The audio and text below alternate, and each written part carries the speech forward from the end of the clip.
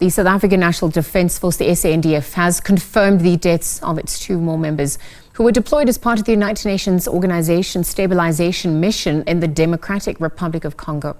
Now, the members died on the 29th of February in an incident where one of them allegedly shot and killed the other with their service weapon just before turning the weapon to themselves.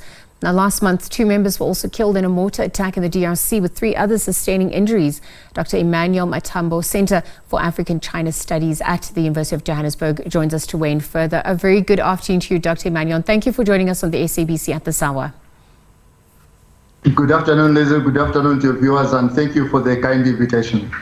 So now, on a somber note, 2 SANDF soldiers were killed on a mission last month. It's a big blow to South Africa and its mission to that region. Perhaps you could contextualize what that mission was, or is rather, and you know, what these deployments ultimately aim to do.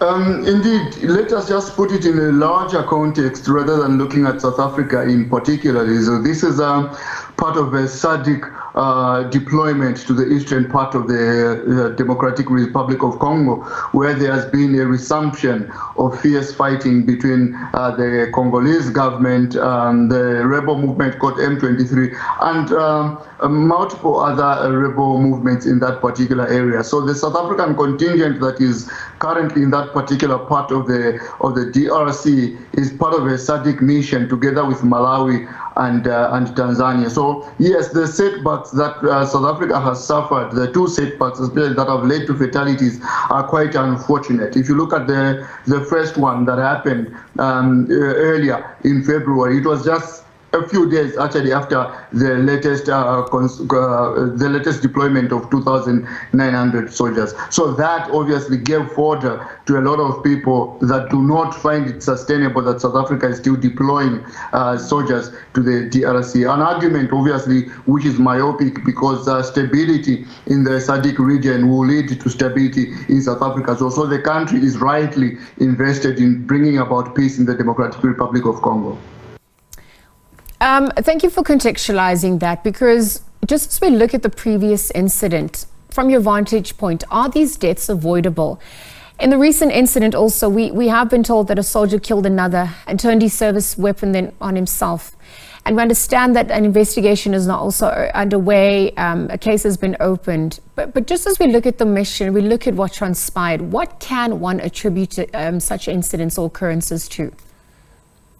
Let us look at the 2 incidents separately. The first incident was as a result of a mortar strike on the South African on South African bases that led to the 2 fatalities there. So that, I think, in combat is not always avoidable. Unfortunately, you can only do so much if you are on a dangerous mission such as the one that the soldiers are in. The latest one is quite unfortunate and very agonizing on South Africa's part, because here we see a situation where it's actually 2 soldiers involved in this fatal incident. Unfortunately, though, Lizzo, these things are always expected. They are par for the course if you are involved in this particular mission. They are more usual and customary than we might want to think. So it is quite an unfortunate but very usual occurrence in missions such as this one. Well, speaking of which, questions then about whether there is enough or sufficient support for these soldiers,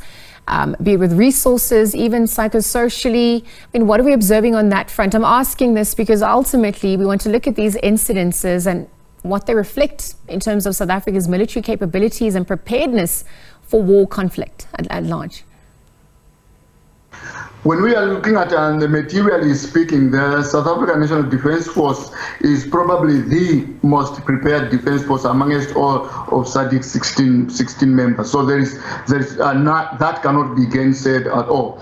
When it comes to psychosocial help, psychological support and things like that, well, we would hope that the United Nations, that even the SANDF itself, has certain mechanisms of support that is needed to its soldiers. Unfortunately, obviously, you cannot always succeed, even in situations where that support is quite extensive, such as in the United States, where people are helped with PTSD after their missions in dangerous deployments, such as the Middle East, for example. We have seen very common stories of soldiers who have gone on to commit acts of despicable violence, and that is because no matter the psychological treatment that you might be subjected to, some of the suffering that these soldiers can do experience in their missions is something that we cannot comprehend as people who have never been in combat. So yes, we would want psychological support to make sure that the soldiers maintain composure in combat.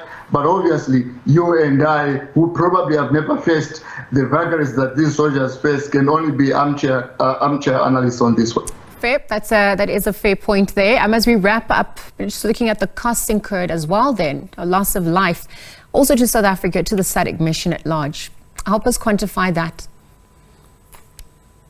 Well, at the moment, we have to look at the bigger picture of exactly what has been happening. About 135,000 people have been displaced in the Democratic Republic of Congo. So this is incumbent on SADC, and not only SADC, and the East African community as well, to make sure that there is stability in the Democratic Republic of Congo. Remember, in SADC, this is the biggest country geographically, probably even in terms of resources as well. Its economy, its population is also unparalleled. So once there is instability in the Democratic Republic of Congo, this will have a ripple effect on the rest of the SADC region.